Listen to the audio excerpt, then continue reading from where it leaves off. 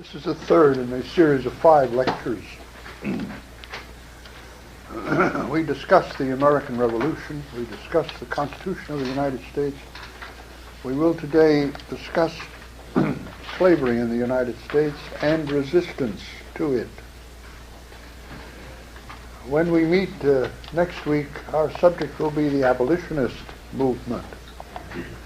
And on our final meeting, 2 weeks away, we will be discussing the nature of the Civil War, defining the Civil War, the sources of the war.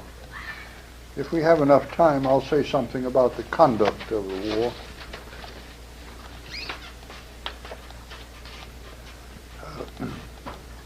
For today on slavery, I want to call to your attention in particular occasional paper number 1 of the University of Santa Clara, which I wrote, which is here on the table. Yes, and it's called We Will Be Free. What it is a study of every newspaper advertisement for fugitive slaves, everyone, from 1730 through 1790, from Maryland through Georgia. It is what historians call incontrovertible evidence, because it is a description of slavery by the slave owners, writing in effect letters to each other, advertisements to each other, about slaves who have fled. I know no single source which will tell you more about the nature of slavery than that source.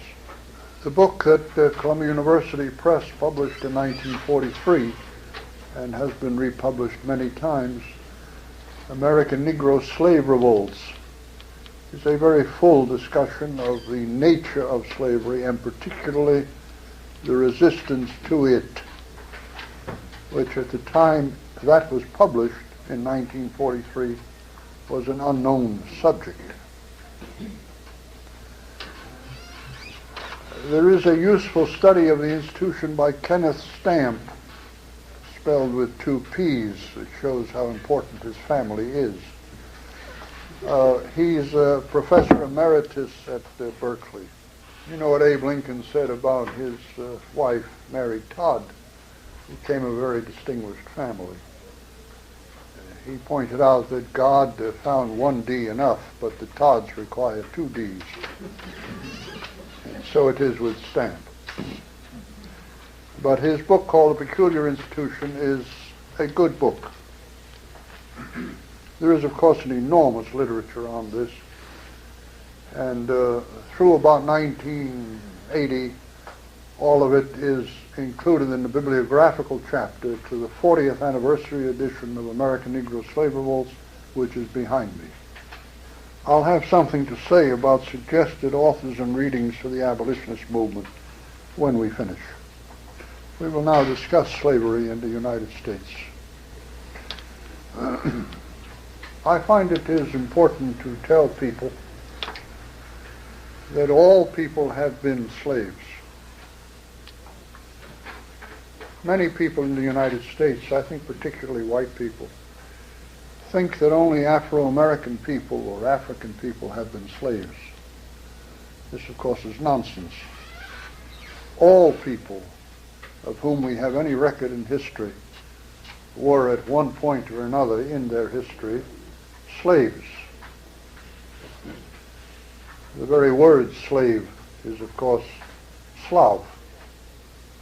Slavic people, Sklaverei in German, and goes back to the Germanic enslavement of the Slavic people.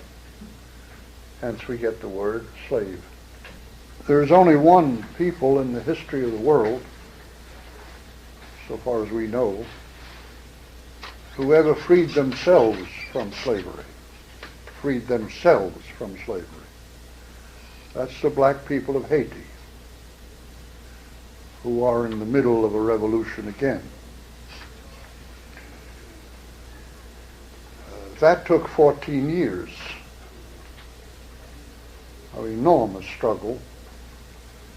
It was successful because 90% of the population was black, and of the free population, half was mulatto. Also, it was successful because it occurred in the middle of the French Revolution. And so the colonizing power was divided. And when finally Napoleon took serious measures to suppress the insurrection, sent his brother-in-law, General Leclerc,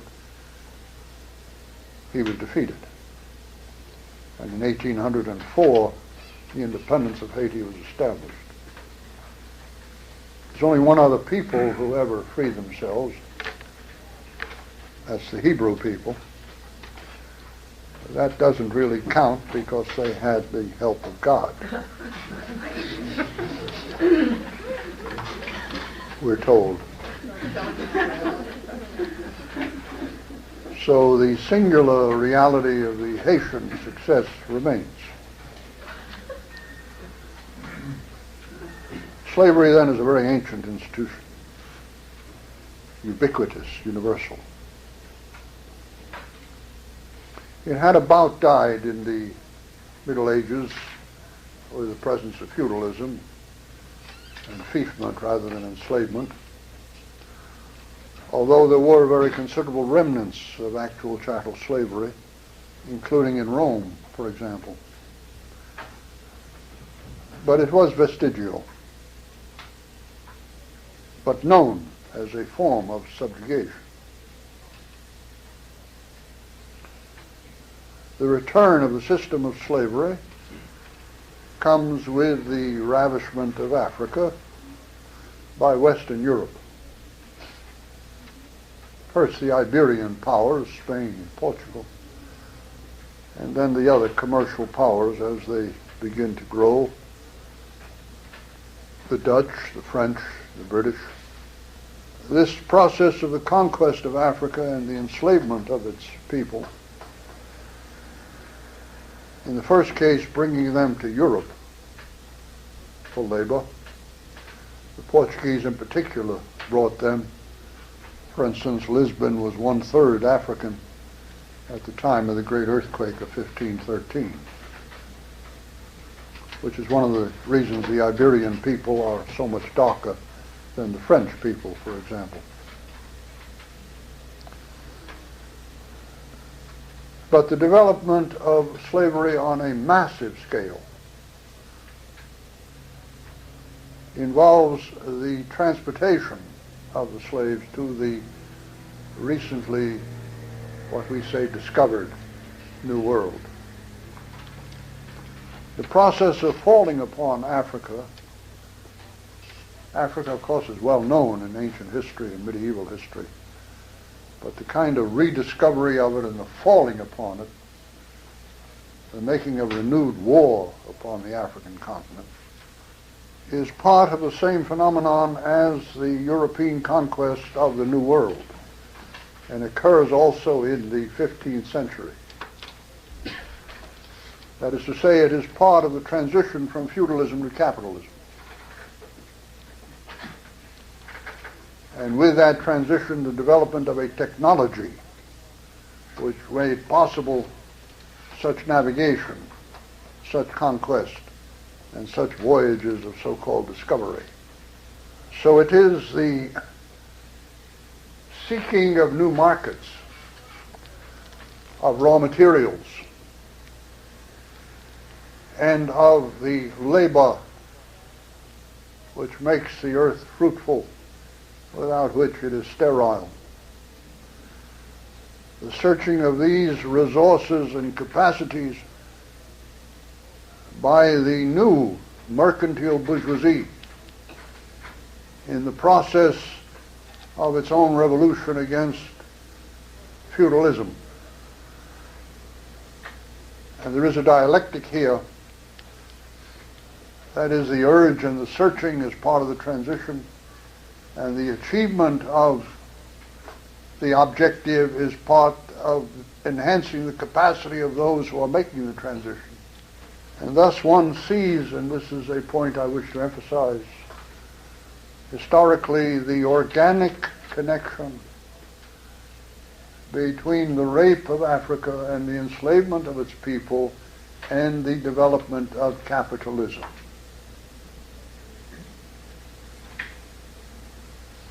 There is an organic connection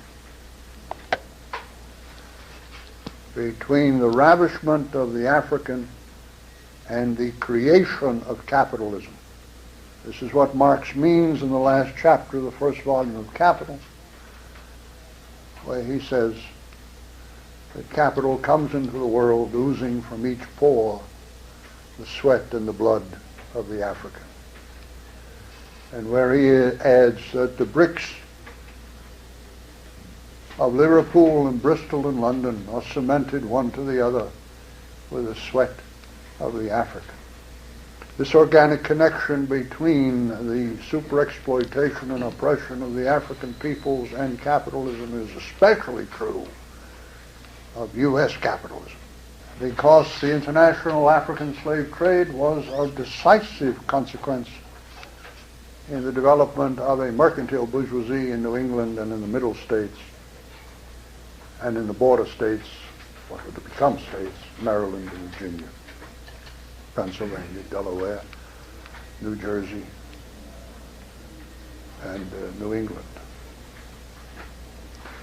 Many of the leading mercantile families began the accumulation of their capital as slavers. And of course, fundamental to the agriculture of half of the colonies and of the states south of the Mason-Dixon line, fundamental to that was the system of slavery. And this is true for 200 years. So that the African slave trade and the system of slavery is of simply transcendent consequence in the history, source, and development of capitalism in the United States. So that the organic connection between the super-oppression and exploitation of the African and Afro-American people and capitalism in the United States is one of the fundamental facts of the history of the United States, and therefore one of the facts most overlooked in the literature. The slave trade is the second most profitable business in the history of capitalism. The most profitable business is war making. And still is. But next only to that is the business of slavery, and particularly the slave trade. It was not uncommon to realize 100% on your investment in the first expedition. It is not possible to estimate the billions of pounds realized from the trade, but it runs into the billions. The first recorded slave trading expedition is 1454 to the Portuguese, which means it begins before. We have written record as of 1454. The last is after the Civil War. Slavery is not abolished in Cuba until the 1870s, and in Brazil at about the same time. So for 400 years, slightly more than 400 years, this atrocious business is conducted most of the time legally until 1807, blessed by the Pope, participated in by the royal heads of Europe. Queen Elizabeth owns 25% of the stock of the Royal African Trading Company. Conducted during the period of Shakespeare, Cervantes, Beethoven, Mozart. With much of the glory of that based upon this unspeakable business. It is surely the greatest single atrocity in human history, which is saying as much as language can say. And I say that aware of Hitler in World War II. And I can still smell the concentration camps, because I was with the 101st Airborne Division, and we were the first troops to enter Buchenwald. But in the African slave trade, you have something conducted not by a lunatic for 10 years, but something conducted by all of Europe, all of Western Europe for 400 years, in which 100 million people were either murdered or enslaved. 100 million for 4 centuries. Some people want to know what happened to the great civilizations of Africa, the Bornu, the Bantu, the Dahomey, the Ashanti. The question is not what happened to them. The question is, what miracle explains any survival at all? And a recrudescence which is obvious now to everybody, except the Secretary of State.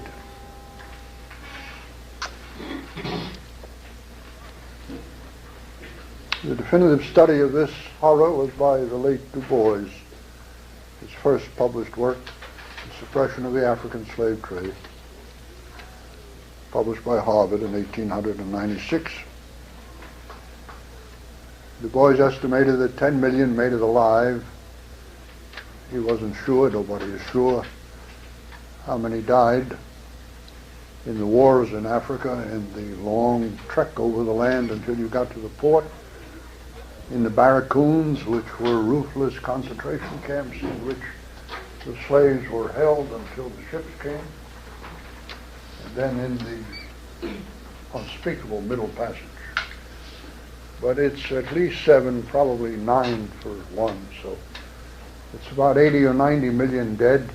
To the 10 million who come alive, it's about 100 million people. Of course, the slaves are deliberately mixed, one people with another, so they cannot talk to each other, so that they have their historic differences, their religious differences, and so on, which makes unity difficult. Also necessitates that they learn the language of the master.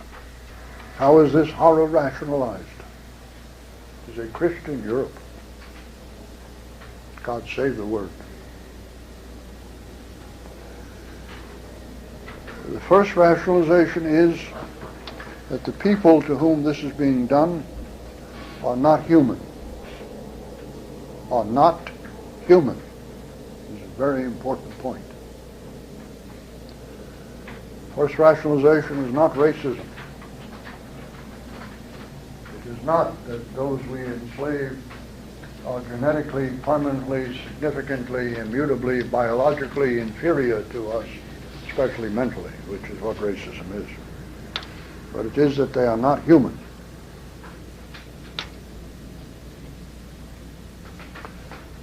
This is of consequence for various reasons, including the fact that the idea of bestiality of black people persists in white minds, many white minds, and is part of the reality of racism. It is part of the fear of black people, especially black men, that they are beasts. And it is in the language. The ghetto is a jungle. Speak of the jungle, and so on. Animals, very common. It derives hundreds of years back to the idea of the non-humanity. It also prevails in many myths, such as black people having tails, which endured certainly until World War II, may still endure, I don't know. Jews also have tails. Jews also have horns. My brother was the only Jew amongst several young men on a college cruise in 1929. He was paired off with some poor fellow.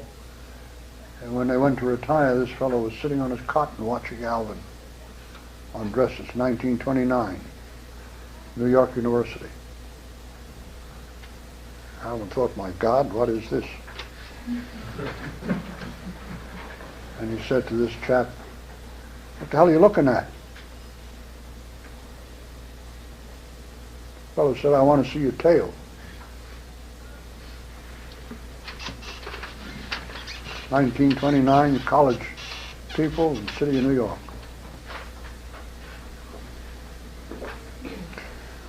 So they're non-human, these Africans. This made carrying on war against them possible. Don't forget, Catholics have just war theory, which is still bothering Catholic churches. You don't make war unless it's just. And if you make unjust war, it is a mortal sin. That is, you will burn in hell forever, and that's no small thing, especially for the Pope. So this was argued, and it was decided the way the Pope wanted it to be decided, that they were not human, and therefore it was all right. Now, it was all right and it wasn't all right, because first of all, they were human, and anyone who had anything to do with the slave trade knew it. They wept, they laughed, they protected their children, they protected each other, they seemed to talk, they rebelled, and that was the acid test. They rebelled, so they were human. Besides which, the white men desired the black women. And if they desired them and they weren't human, that didn't speak well for their appetites. And after fulfilling their desire and copulating, there frequently was issue. And if there is issue, they are the same species. So they are human, and the church had to adjust to that fact that they are human. And they made it to their greater glory, because if they are human, they have souls. And if they are souls, we will reap the souls for the church. What a treasure. What a treasure. And we will bring the good news of the gospel to them. In one hand the whip, in the other hand the Bible. Whether they like it or not, they will become Christian. So they were human, all right, but they were, and this is the second great rationalization, inferior. And so we were more or less obliged, as a favor to them, to enslave them, since they were suitable only to be servants of the superior people. As the saying went, we took care of them. So racism becomes the fundamental rationalization. There's a special applicability of slavery in the New World. The New World needs, especially the northern half of it, labor. In the northern half, I mean the present border of the United States, north into Canada, teeming with resources and lacking in labor power. When I went to college, we were told there were 2 or 3 million so-called Indian peoples through the Appalachians. The figure is larger now, something like 5, 6 million.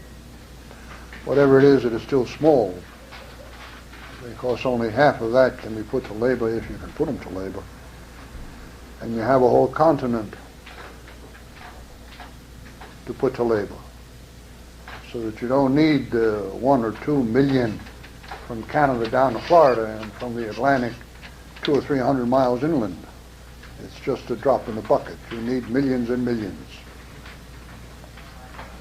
Besides which, the so-called Indian was better able to resist. He was on his own soil, and he knew every nook and cranny, and you had to come get him, and then you had to come hold him, and this was no easy job. Now, some were enslaved, especially women amongst them, made domestics, but you could not build a labor system upon them in North America. You could in South America, because in South America the so-called Indian, the Maya, the Aztec, and the Inca were numerous, tens and tens of millions. And so in South America the slave was the Indian, not the African. As is still true. In fact, Africans were imported into South America, Brazil for instance, to serve as warriors, including warriors against the Indians. By the way, Indians were used in North America to make war upon the African, particularly the African fugitive slave. Indians were used as slave catchers, some. So what you needed here was labor power. Because you could have all the fruit in the world and starve. Somebody's got to pick it off the tree. All the gold in the world and be impoverished. Somebody's got to mine it. All the coal in the world and freeze to death. Somebody's got to dig it out. Without labor, there's nothing. Just nothing. It's one of the great secrets of Marx. What a secret. Some secret. Don't tell Reagan about it. He'll put you in prison for 50 years for subversive thoughts. Nevertheless, if there's anyone here who can refute it, you'll have all question period to do so. Without labor, there's nothing. Just potential. So they had to get workers over here. And workers in abundance. And workers who knew agriculture. And there was no place better than West Africa, with relatively high civilizations, agrarian civilizations, people who knew the seasons, knew the tilling of the soil, knew planting, knew chopping, knew harvesting, had done it for centuries. They were there in the millions. So you go get them and bring them here and put them to work here so that you make this land fruitful. The land from Maryland down into Virginia and South Carolina and Georgia, and that is what was done. And that's the slave trade.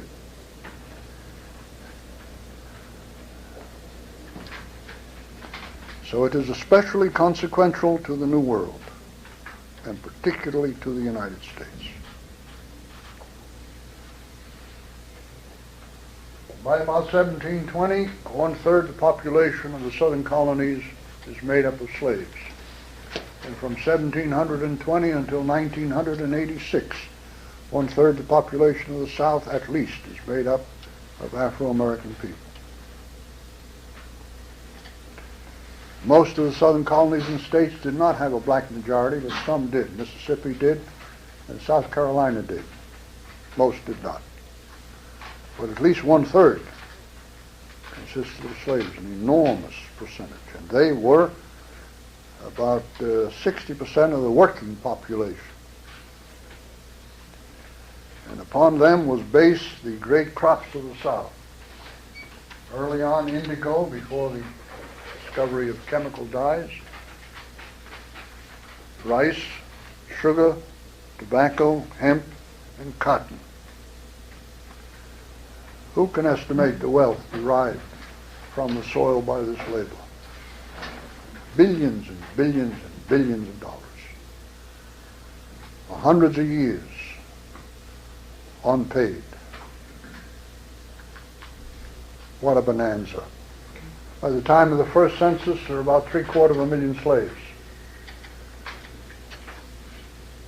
In 1840, 1845, approaching 3 million. Time of the Civil War, 4 million.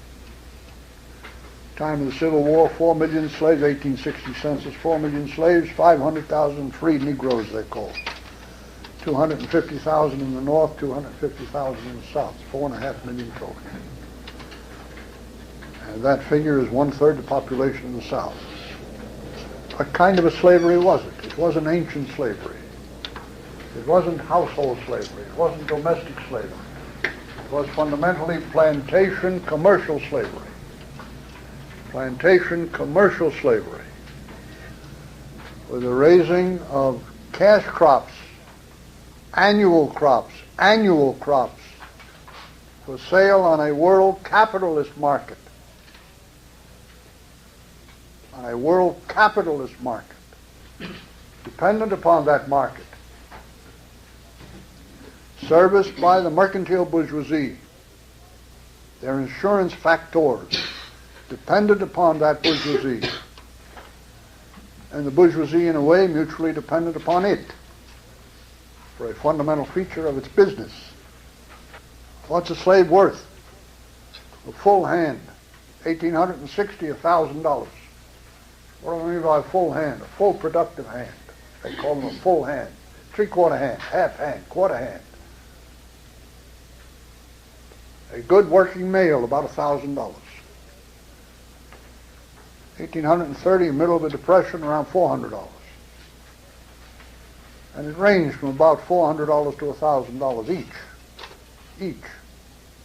Figure $1,000 a slave, 1860, 4 million slaves, that's $4 billion. $1860, folks, not $1986.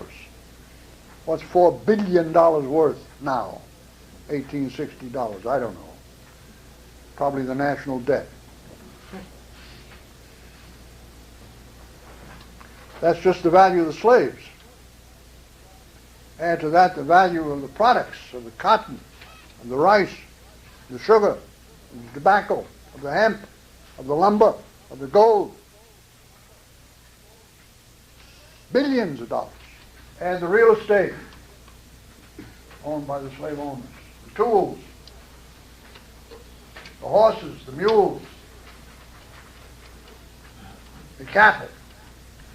Owned by whom? About 200,000 slave owners. That's all. Actually, the main slave owners, less than that. It took 10 field hands, 10 full field hands to have a plantation. 10, minimum 10. About 200,000 slave owners owned that much. Interrelated, ruthless, powerful, mature, conscious, and few. By far the ruling class in the United States. In the United States, not only in the South. Pick up 100 textbooks on American history. See if one tells you, asks, not tells you, asks, what was the ruling class?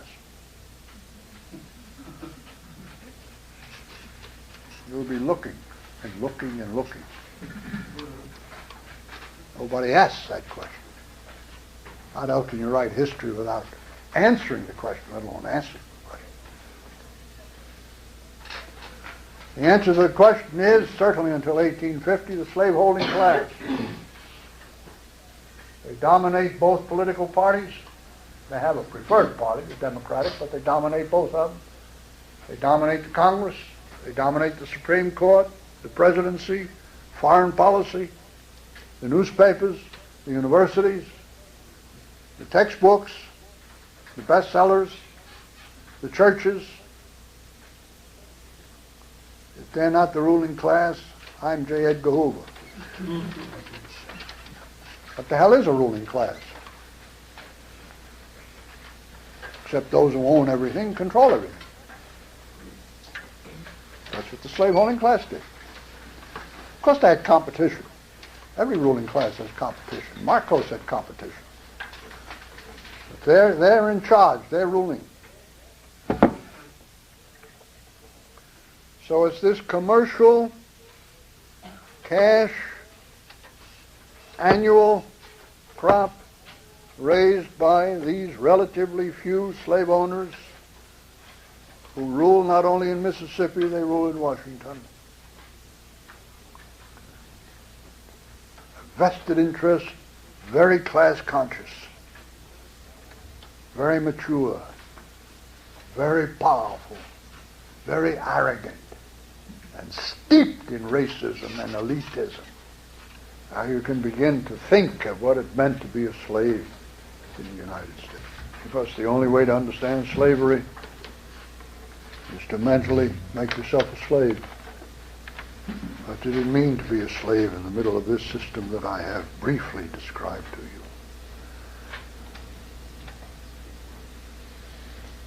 you? It meant that you were the property of the owner. I find many people don't understand that. They can't believe it. Believe it. They were the property of the owner, just like my shoes. I own. I may do what I wish with them, wear them or not wear them, abuse them or take care of them, throw them out, give them away, sell them, do whatever I want with them. absolute property. This is the basis of slavery. The slave is the absolute possession of the owner, and he is the owner. Now that takes an exercise in imagination, but you do it, because if you don't do it, you don't understand the system. The law says the slave has one duty. This is the law, quotation: obedience to the master. The law said the master is omnipotent. That's the power bestowed upon a weak and fragile human being. That he had absolute power upon the slave, including the woman. Everyone is above puberty in this room and will therefore understand that phrase, including the woman. Slavery was murder for the man. It is indescribable for the woman and the mother,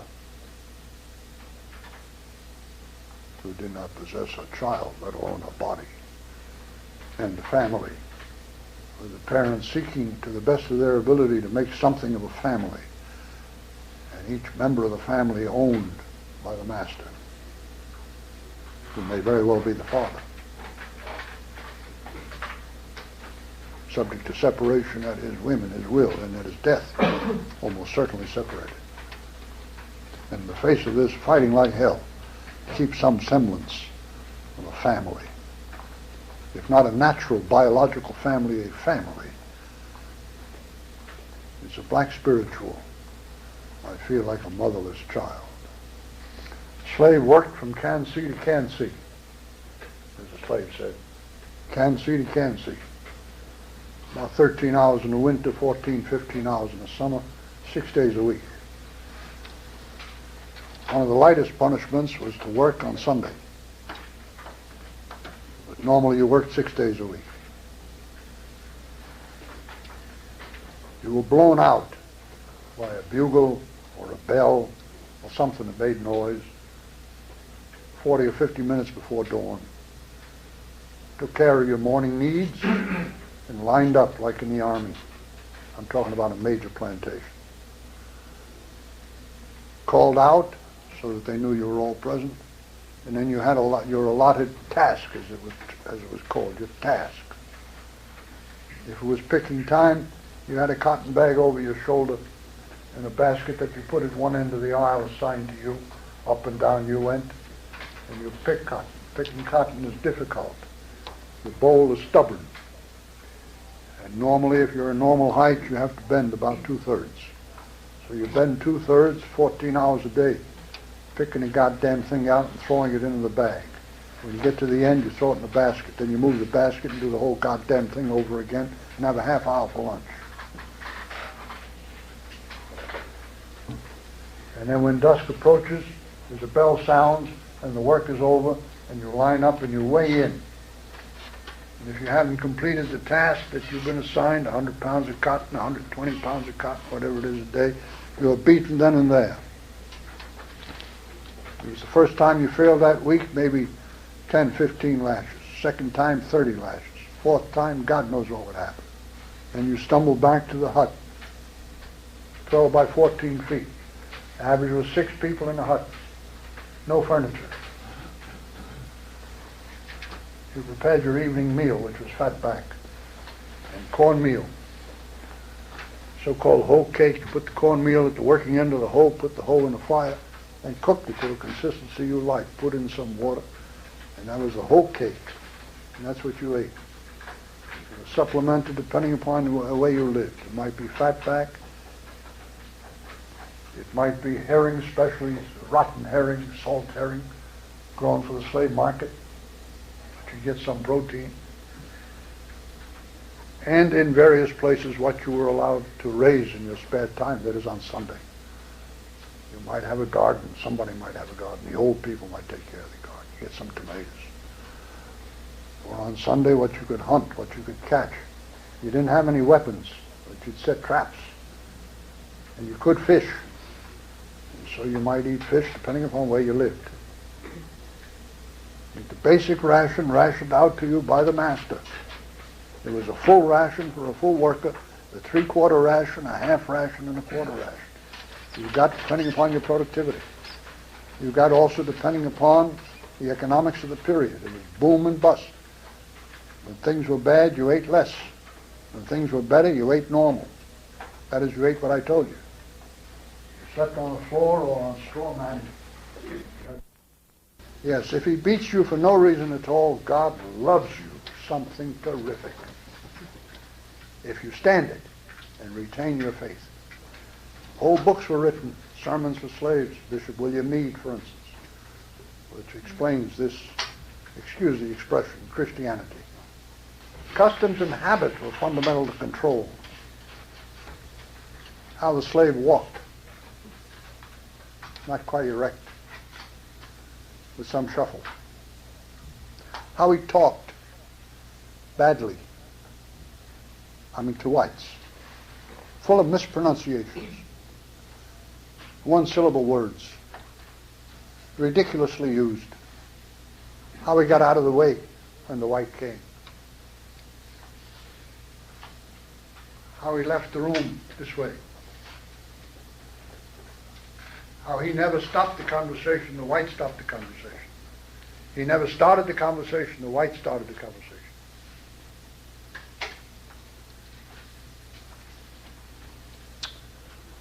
Mary is serving dishes. She puts down a teacup. Makes a noise like that. When she leaves, the master says to the mistress, "What's the matter with Mary? You having trouble with her?"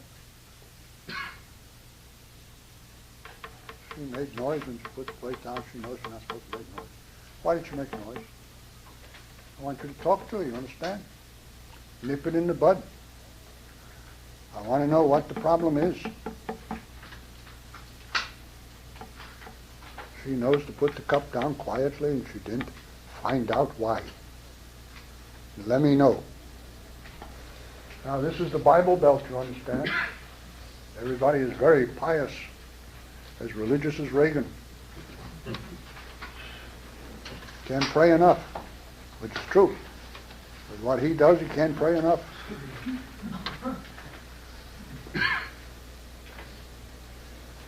At the dinner table, nobody talks about that which fills your mind.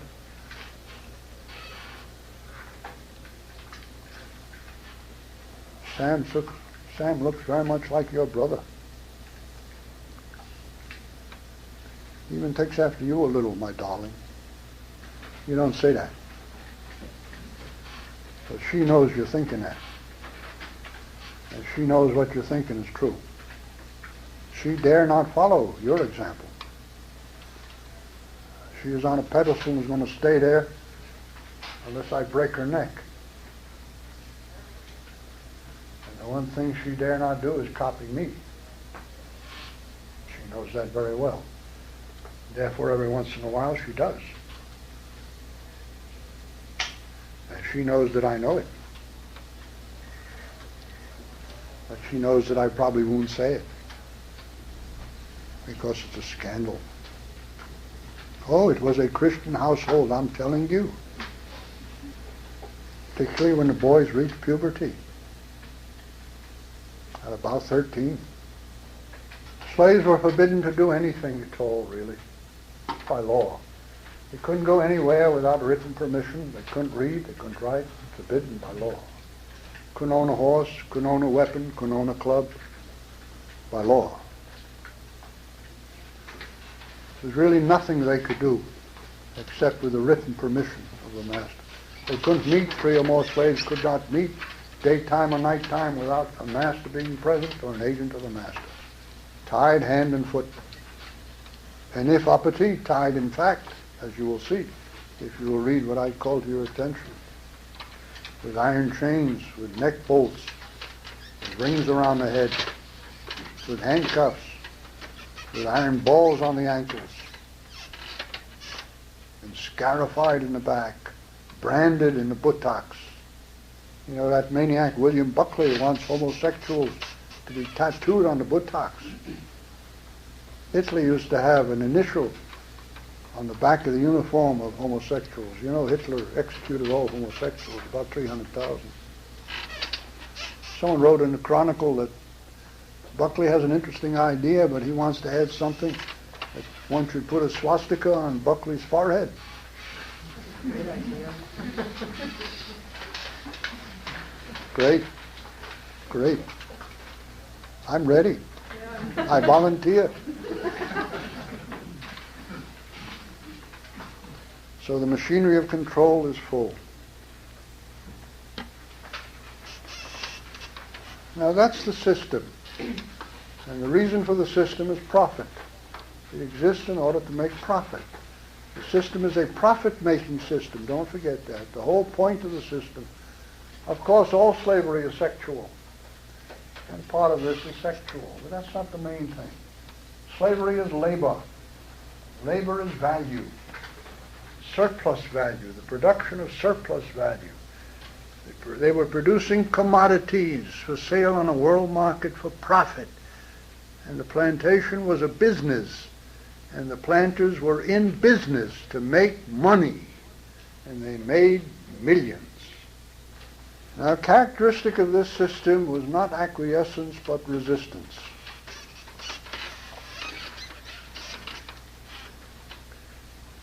And when I came into this field,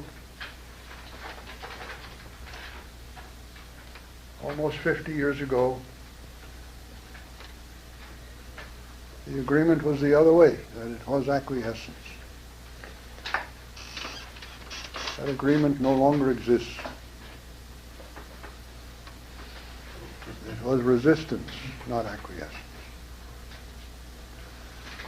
The Afro-American people in the experience of slavery forged a revolutionary history second to no people on earth. Under the most extraordinary circumstances. The central feature of their history while slaves is resistance. No. Now, the first form of that resistance took a commitment to survival. We as a people are going to live through this thing.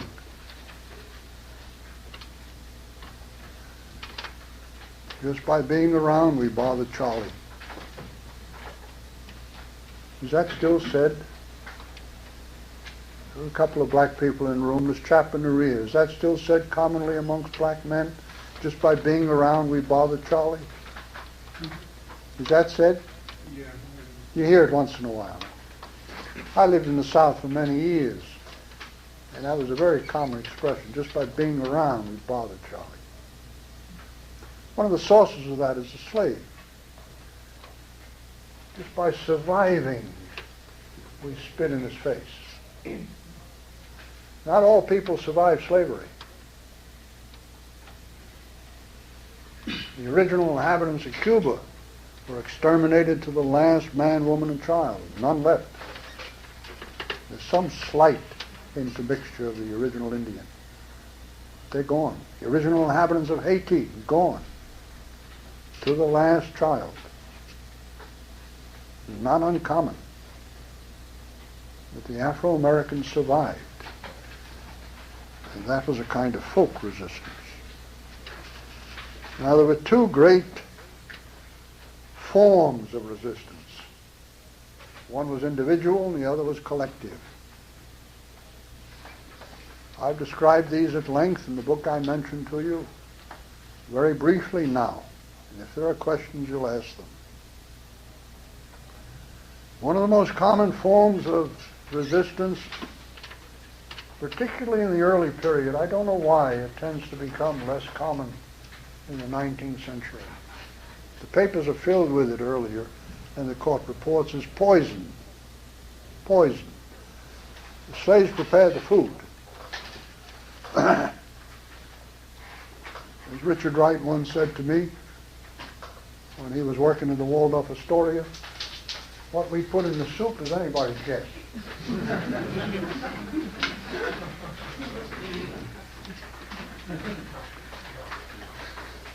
What the slaves put in the soup was anybody's guess until you woke up dead. I don't want to take a lot of time with this. I'm just telling you it was very common. In fact, it was called in the southern newspapers, the Negro's crime. I didn't know what that meant until I did a lot of research. Colonel so-and-so died of the Negro crime. What the hell kind of disease is that? I went to the coroner's report and I found out he'd been poisoned. Arson was about as common. And again, all the heating was done by slaves. There's no central heating, of course. When you lit the fireplace, you might accidentally, of course, light the curtains. The first appearance of fireplaces was in southern plantations. I don't mean fireplace, I mean fire escapes. Fire escapes are down from the ceiling, from the roof down to the floor. Visitors from England come take a walk in the morning and see that. They ask the host, what's that? Oh, we call that a fire escape. The slaves are careless around here. Have to get out awfully quick sometimes. Arson was very common. It also increased the premium rate for fire insurance in the South, much higher than in the North. Individual physical assault was whatever there was at hand, especially upon an overseer, particularly to protect the woman or an outrage upon an assault upon a daughter or something. Very, very common individual attack. Buying freedom was not uncommon. I don't have the time to explain that to you. And several thousand slaves succeeded, including some of the leaders. Richard Allen, the founder of the AME Church, bought us freedom. Absalom Jones, the founder of the AME Zion Church, bought us freedom. Denmark Vesey, the leader of the great insurrection of 1822, bought us freedom in 1800. Some kind of service would bring freedom. Military service, for instance. About 5,000 gained their freedom by serving in the Revolutionary Army. There'd be an occasional exception, like a slave saved the audiences in a theater and a fire became heroic. They freed a slave. Of course, the great source of individual protest was flight. And flight was ubiquitous. Sometimes flight, like arson and poison, merged into the second great category of collective, because sometimes slaves fled together. In the obscene language of the slave owners, they stampeded. The slaves stampeded. Now when you get 10, 12, 15, 20, 30 moving off together, that's an insurrection. So it merges. Sometimes the fire, you get fodder stacks on fire throughout a county. That's an uprising. Siebert, who did a very careful study of this, said that at least 60,000 made it to the north from 1830 to 1860. Now, those who made it 2 or 3 times more tried it and failed. How do we know? This common sense tells you.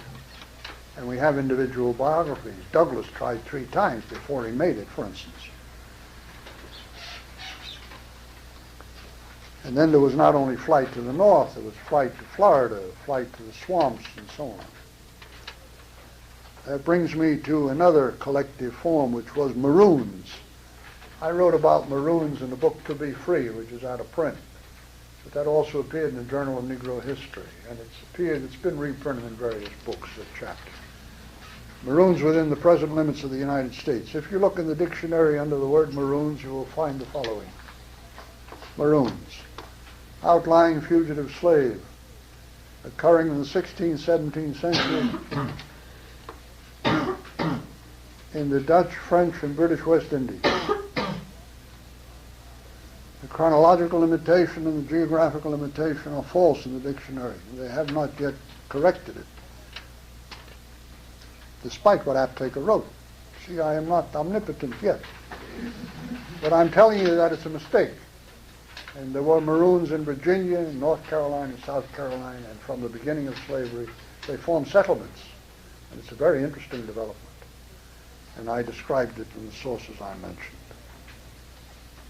Nat Turner's father fled to the Maroon community in the Dismal Swamp, for instance, and disappeared. Nat Turner probably tried to go to the Dismal Swamp, which connected Virginia and North Carolina, still does, of course. Conspiracy and insurrection were the highest form of response. Nothing was so feared by the slave owners, obviously, as insurrection. Conspiracy and insurrection frequently occurred.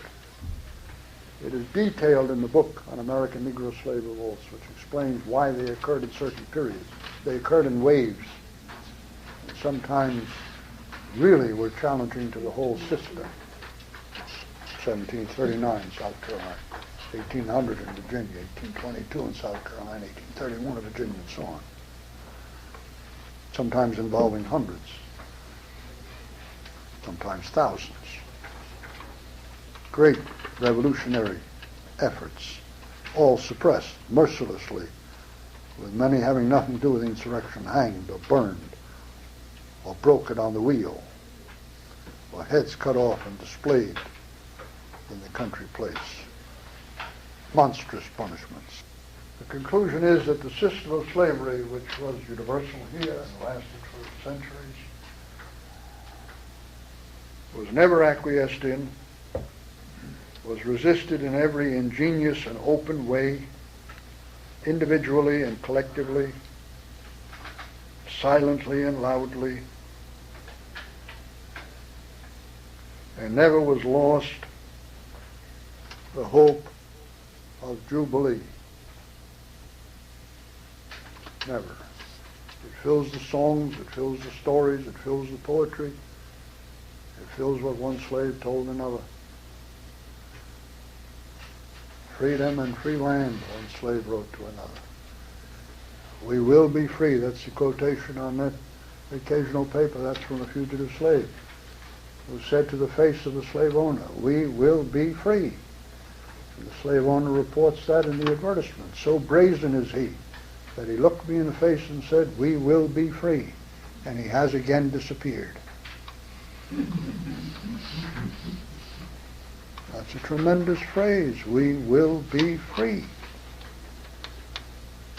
And that runs like a red thread through the history of humanity, and not least Afro-American humanity, forging a tremendous revolutionary tradition, which is part of the revolutionary tradition of our country. When we meet again, we will examine the second most important revolutionary movement in history, our history, the Abolitionist Movement. Books by Louis Rouchams,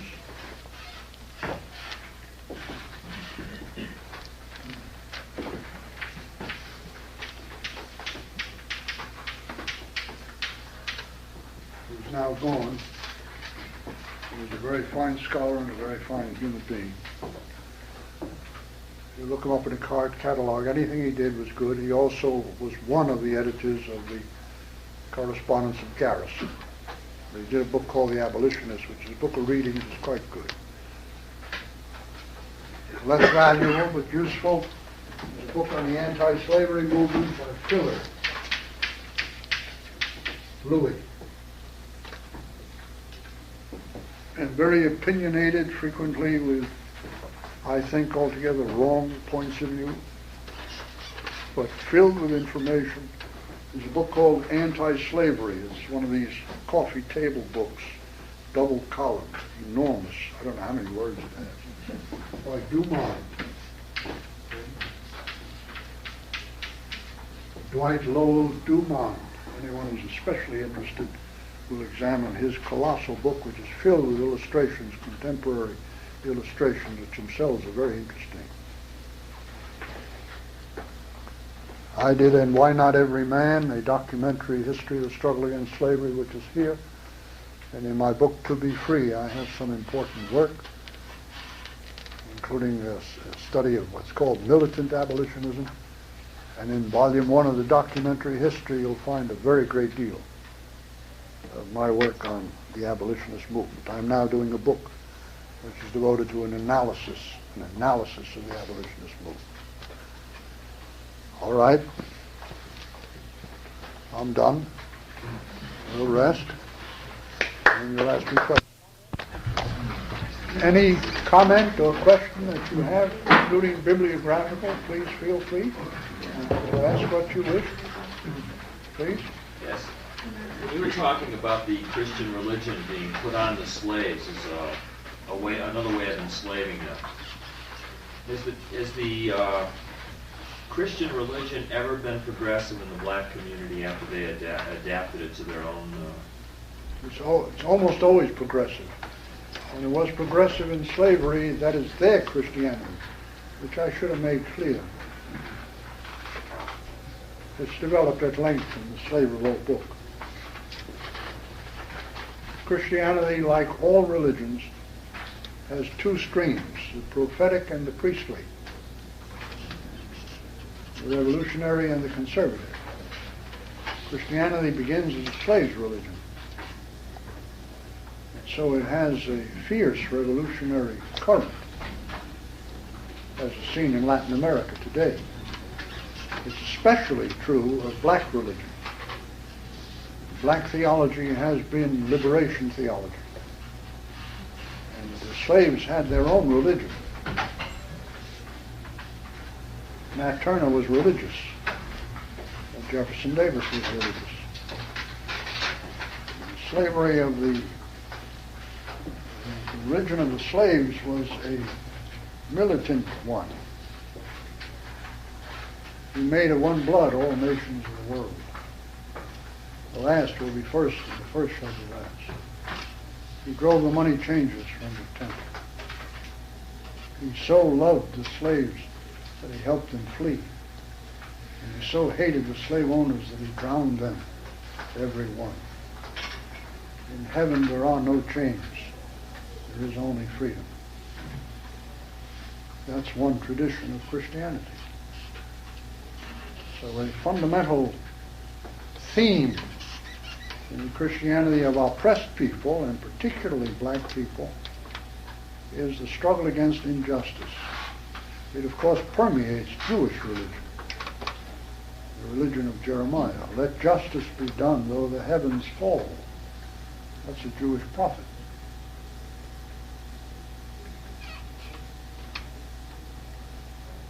That's what makes Hitler hate us. Of course, some Jews forget that. But that's not Jewish religion. Jewish religion is revolutionary. Yes? You said that the idea of the survival of the slaves was very important, so that they themselves felt that their survival was significant, and that we see it now as significant as struggle and resistance. And I don't know how you equate that kind of thing with the Jews. You know, the Jews had that notion that strength, our marching song will thunder, we survive. And in that case, I can understand, you know, because they were being systematically exterminated. And with the slaves, the black slaves, it seems that they were needed, that their extermination would eradicate, and that they probably realized that they're. So what's the connection that you're making here? Well, it is survival as a people, and it is survival as people, not as dogs. The effort of the slave owner was to make them property, was to debase them, dehumanize them. One of the fundamental things in history is that there is not only the victim, there is also the resistor. That's a basic thought, which most people miss. Oppression does not simply victimize, it empowers if it is resisted. But without survival, there is no resistance. A better comparison is war. If you are in combat, you must pledge yourself to come home, to survive what is indescribable. Indescribable. Unbelievable. But despite everything, you will survive. Now, that's the beginning of a good soldier. soldier who gives up is worthless. It is better that he not be in the front because he'll only cause trouble. Either he'll get killed and somebody has to bury him, which is the worst possible assignment, or he'll be wounded and just be a nuisance. So you have to have the will to survive. And in a concentration camp, the fundamental thing is that I'm going to get out. And that's why those who had some will, some reason to survive, particularly communists, made it. The leader of the insurrection in Buchenwald was a communist, Walter Bartel, who's now my age and is a national hero in East Germany. Bartelstrasse goes around and makes speeches to kids in college. He's about 5'7", just an ordinary looking person. It's unbelievable. He organized the insurrection in Buchenwald. Just think of it. Can you think of it? Do you understand what that means? By the time the Americans got there, the inmates had killed every guard. It's a human will to resist. It's a will to survive. Now, if you understand, if I make clear to you what slavery is, it was a Golgotha. And unbelievable. From the beginning, from the slave ships. What do these monsters want? We are chained one to another, naked as the day we were born. Where are we going? When will this trip end? What is our fate? What do they want of us? The vast number gave up. The hell with it. Chained one to the other. In the stench. 6 weeks to get across.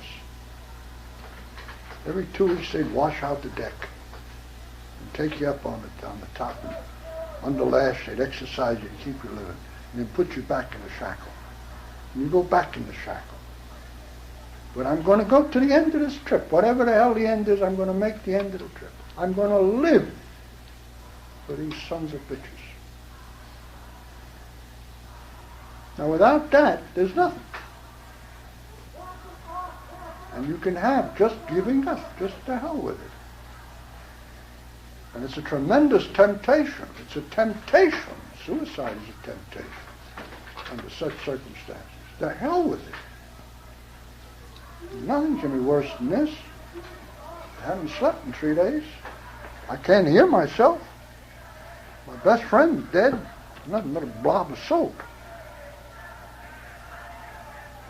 They're firing day and night, day and night, day and night. And it's wet, and I'm cold to the bone. And I dream of Flatbush Avenue and the Fegele. And I'm going to get home. And it's absolutely a fundamental component of living through hell. If you don't have it, you won't make it. And that takes the people. And that's a fundamental aspect of Afro-American history which has been overlooked. And as I say, it's a popular saying, this idea, just by being around, we bother Charlie. Well, that's part of the joy of being around. The son of a bitch is bothered by our presence. Well, that's one reason to be here.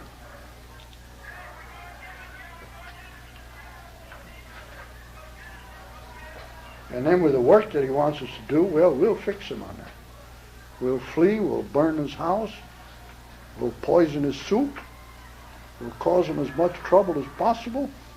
He'll know he's got slaves, all right.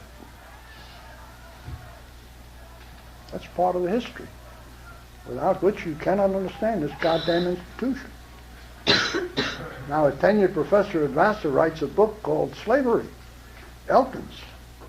He never was south of the Mason-Dixon line. He sits on a leather chair in Vassar and writes a goddamn book and makes a fortune. They keep reprinting the pornographic crap. And in it he insults the inhabitants of the concentration camps and insults the slaves. He makes the slaves inhabitants of concentration camps. He doesn't know what the hell a concentration camp was. And he says Sambo was an actuality. An actuality. Is the creation, the mythological creation, necessary to the sanity of the slave owner? He says it's a reality. Look at that, he's famous. Tenured. Only in this country. Only in America.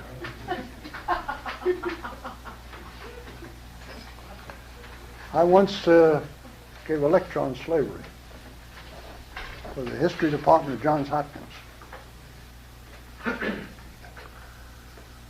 years ago. I finished the lecture and some professor comes prancing up. You know how professors prance up?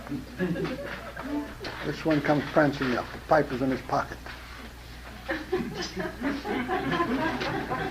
Doctor, he says, Dr. Aptheker, I was disappointed in your talk. I said, is that so? In what way did I fail you? Well, he says, your talk was so one-sided. You can't go to sleep without that word in their mouth. So one-sided. One-sided.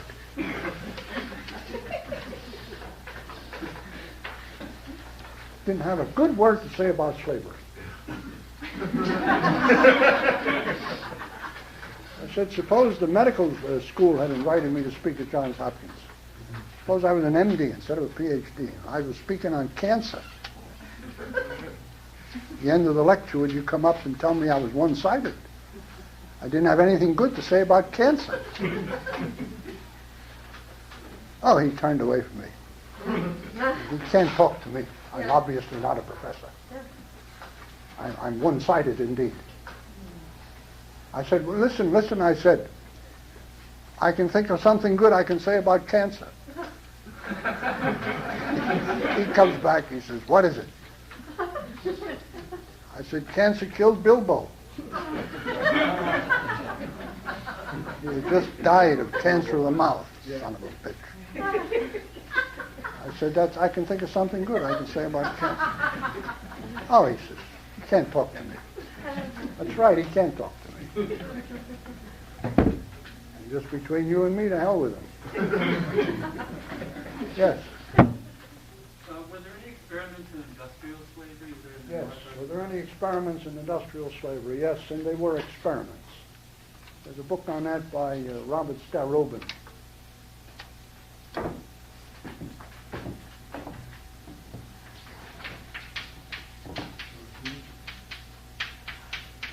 He's dead. Died a young man. Robert Starobin went to this school. It's called industrial slavery. But they were, it was never successful because industrial work proletarianizes. And proletarians are very difficult to hold in chattel slavery. There was some. There was some, for instance, in the textile industry, some in iron. There was an iron factory in Richmond, Tredic Iron Works. But it's minor, and they had trouble. They had insurrections, they had all sorts of problems. It's a minor detail, but you get all of it in Starobin, yes. You tied up slavery with the upsurge of capitalism, but I can't see the connection that why would the plantation system need slavery? Wasn't there were millions of people in Europe who could work on the plantations and farms? No.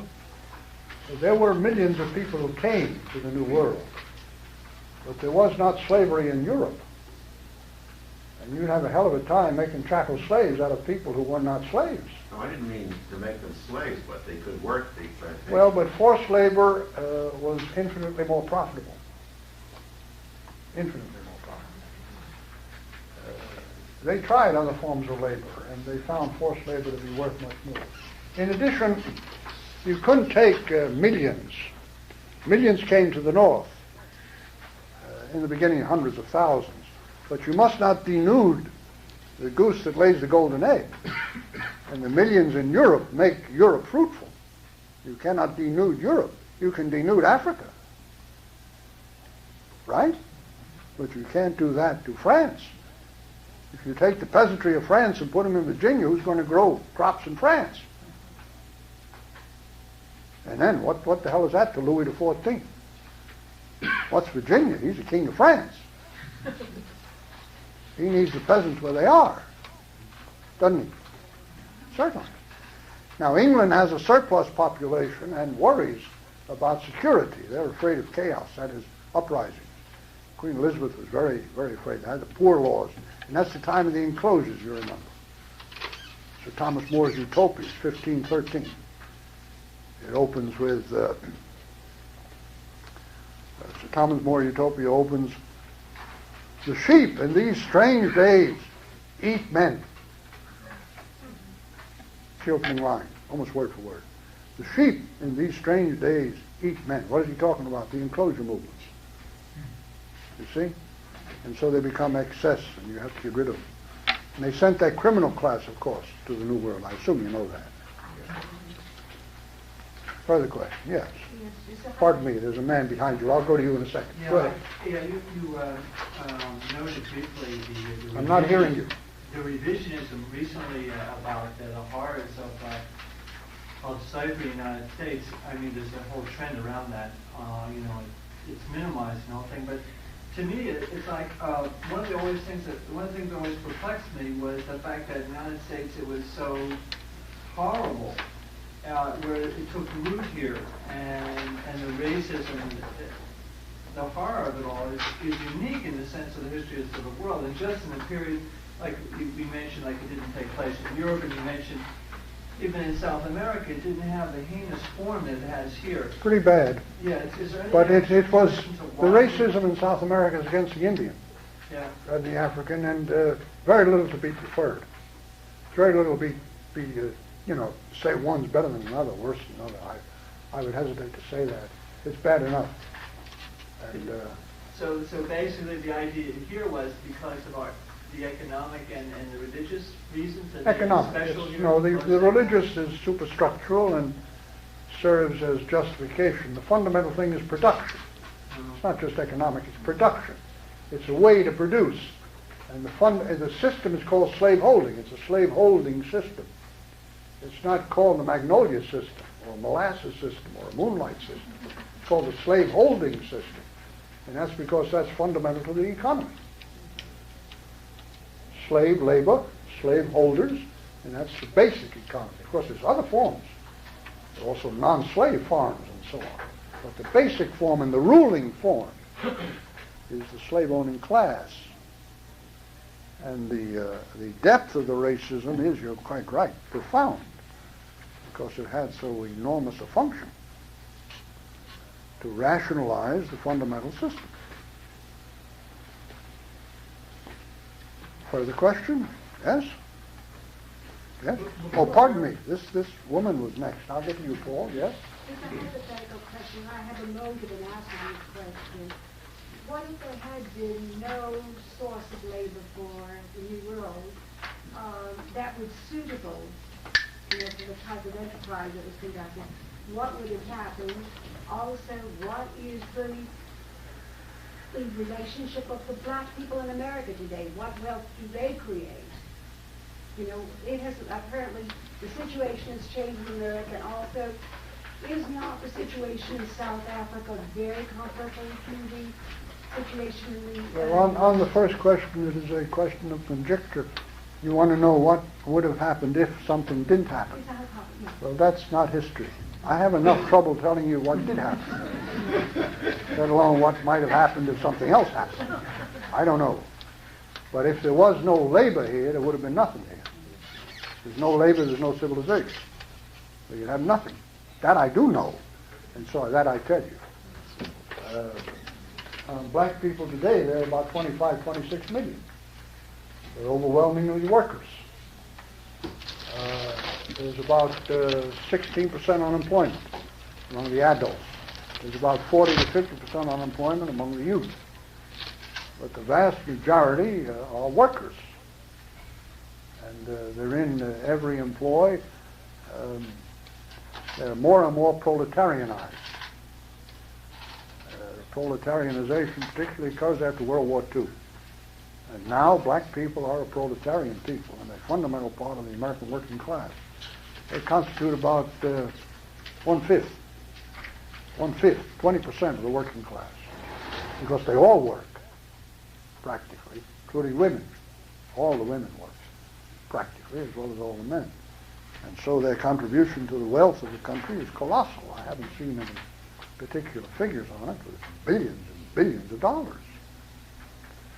And they are generally twice as many unemployed, 4 times as many youth unemployed. And the income is about 57% of the white income. So they are terribly overexploited and oppressed, of course. Now, you raise a point about South Africa. Yes, South Africa is the nearest thing to a slave society that now exists.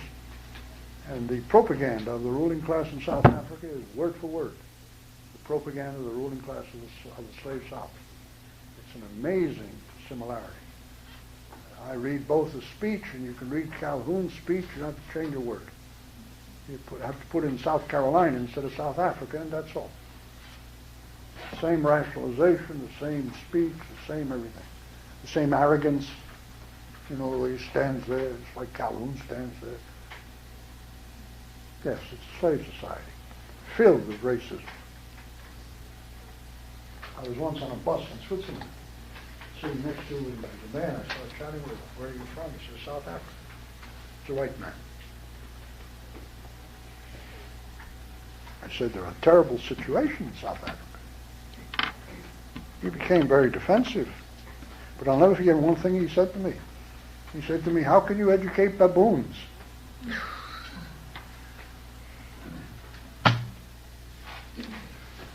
There in the 1960s. 1960s. What's the mentality? How can we educate baboons? That was the slave psychology. And much today.